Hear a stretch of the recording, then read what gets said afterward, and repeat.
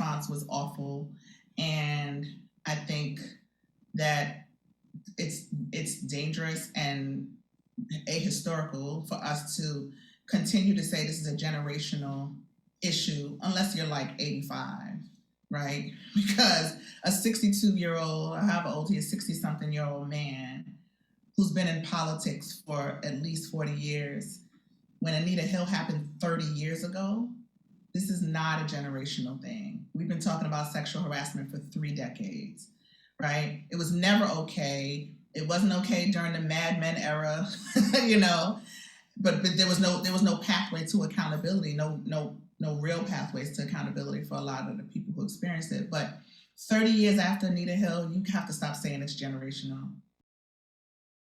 The criminal justice system in this country does not work as a site of accountability for people who have experienced harm, particularly around sexual violence. It just doesn't work, right?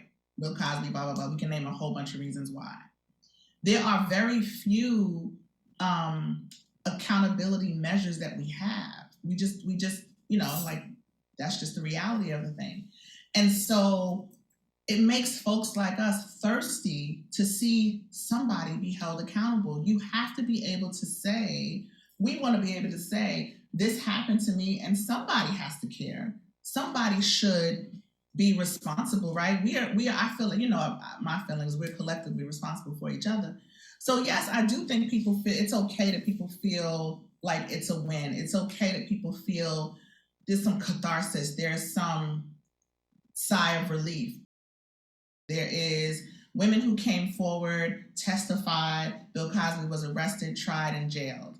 And then there's women who came forward, participated in an investigation, the governor steps down and resigns.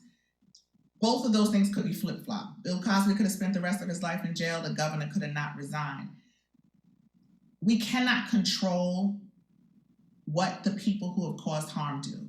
We can try to compel them we can use the tools that we have available to us to make them accountable or to find some accountability. We can try to compel them to be accountable and to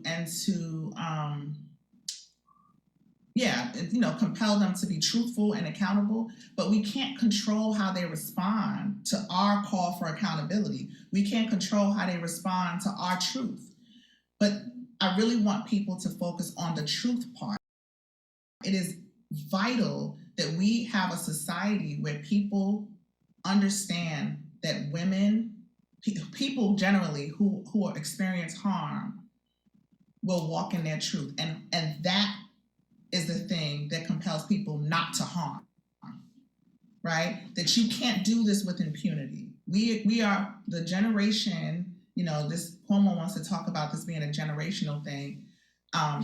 The time that we lived in and the generation that we had that allowed men in power to harm with impunity is coming to an end. And so we don't have a lot of control over keeping people from causing harm, and that's one part of the work. But we have all the control about how we respond and the tools that we create to hold them accountable.